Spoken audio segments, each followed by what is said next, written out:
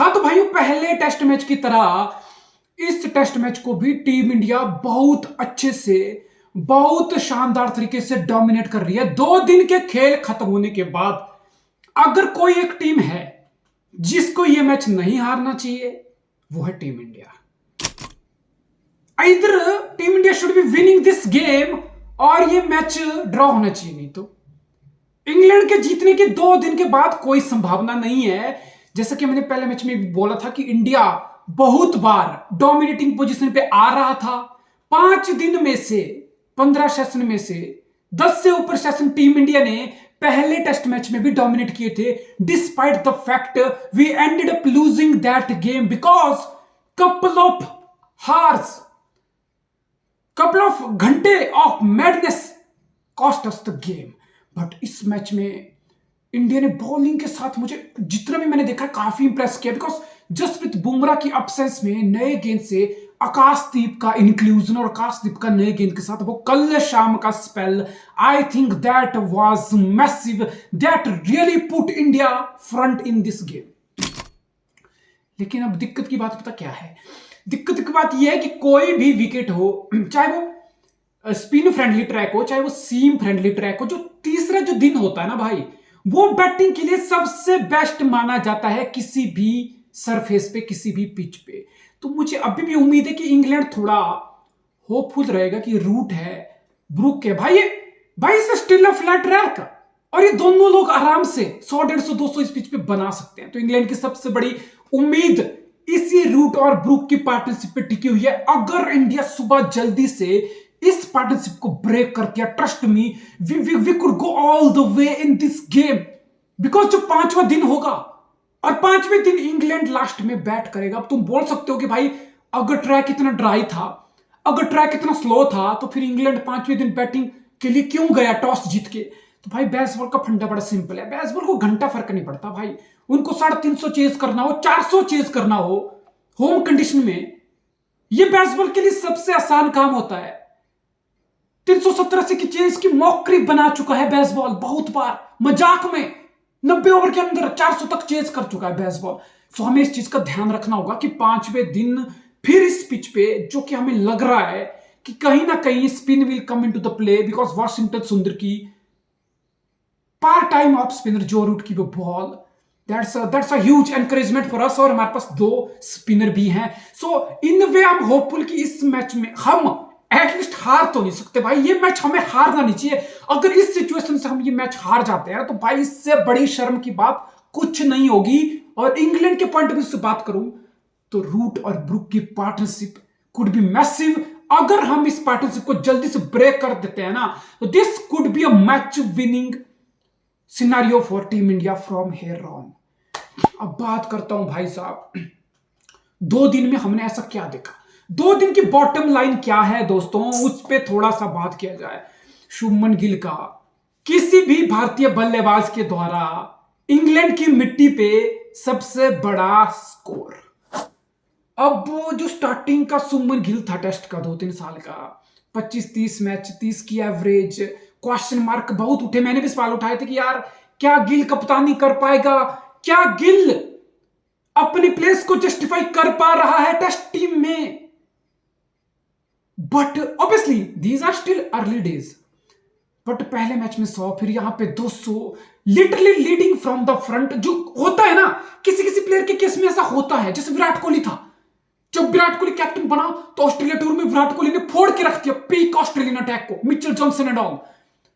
तो यहां भी यही दिख रहा है कि शुभमन गिल को कैप्टनसी रास आ रही है भाई। लिटरली होता है ना, किसी किसी प्लेयर के साथ होता है भाई, उसको रिस्पॉन्सिबिलिटी आती है तो उसकी परफॉर्मेंस में निखार आता है। वो अंडर प्रेशर चोक नहीं करता, वो अंडर प्रेशर डिस्ट्रैक्ट होकर अपनी पर्सनल परफॉर्मेंस को खराब नहीं करता। And that's a very encouraging sign for Indian cricket कि भाई एक कप्तान तुम्हें चाहिए था, फिर तुमने एक गैम्बल खेल के उस बंदे को कप्तान बनाया, लेकिन कप्तान बनते ही उस बंदे की अपनी परफॉर्मेंस निखर के आ रही है। This time man, this is the time Shubman Gill, यही वक्त है भाई, यही वक्त है कुछ बड़ा लिखने का। Peak years, prime years, make them count. अब जितनी तुम्हारे पास स्किल है, जितना टैलेंट है, तुम टेस्ट में 25-30 की एवरेज लेके नहीं घूम सकते हो। सो इट्स हाई टाइम कि शुभमन गिल अब अपना एरा स्टार्ट जो हो रहा है वो ऐसे कंटिन्यू करे, एक पीक आता है भाई। सचिन का भी पीक था, विराट कोहली का भी पीक था, रोहित शर्मा का भी पीक था, इवन पुजारा का भी एक टाइम पे टेस्ट में पीक था, द्रविड़ का था, गांगुली का था। समझो जो ग्रेट प्लेयर होते हैं जिन्होंने कुछ बड़ा अचीव किया होता है ना, उनके एक पीक ईयर्स होते हैं, उनका एक प्राइम ईयर्स होते हैं as a career. I think this is it for Shubman Gill and captaincy is definitely making him better batsman, better, much better batsman. और जहां तक कप्तानी की बात है तो मैं कप्तानी के डिसीजन अभी जज नहीं करूंगा। अभी ये इसका दूसरा मैच है, मैं पूरी सीरीज के बाद थोड़ा बहुत जज करना स्टार्ट करूंगा, बिकॉज कैप्टनसी की बात करूं तो डिसीजन मेकिंग में गलती दिख रही है। टीम सिलेक्शन में सबसे बड़ा ब्लंडर, जो भी तुम्हें पता था पहले मैच के बाद कि तुम 20 विकेट नहीं ले पा रहे हो, तो तुमने एक्स्ट्रा बैटिंग को स्ट्रेंथन करने के लिए रेड्डी लेके आए, वॉशिंगटन सुंदर लेके आए। मतलब ऑब्वियसली बॉलिंग भी वो लोग करेंगे, लेकिन तुम अगर 20 विकेट के पैसे थे, अगर तुम्हारी प्रायोरिटी 20 विकेट होती तो हम 3 या 4 प्रॉपर सीमर खिला सकते थे। विराट कोहली खिलाता था 4 सीमर भाई बहुत बार। टीम इंडिया इंग्लैंड कंडीशन में, ऑस्ट्रेलिया कंडीशन में ऑस्ट्रेलिया को 200-250 पे, 300 पे ऑल आउट करती थी, because of that aggression, because of bowling heavy attack, because of thinking like taking 20 wickets. और जब तुम खुद बोल रहे हो कि 20 विकेट लेनी है और फिर तुम अपने ही डिसीजन से दूसरे मैच में पलट जाते हो और बैटिंग को डेप्थ लाने के चक्कर में बॉलिंग तुम सेक्रीफाइस करते हो। सो ये कप्तानी जो है उस पर मैं बाद में बात करूंगा। और फिर एक चीज मुझे गौतम गंभीर की इस बात समझ नहीं आई यार, साई सुदर्शन, एक मैच के बाद तुमने उस बंदे को सैक्रिफाइस कर दिया यार। एक मैच के बाद, एक मैच की परफॉर्मेंस को जज करना, कोई जज करना होता है यार। एक मैच का सैंपल साइज, कोई सैंपल साइज है, कोई क्राइटेरिया है यार।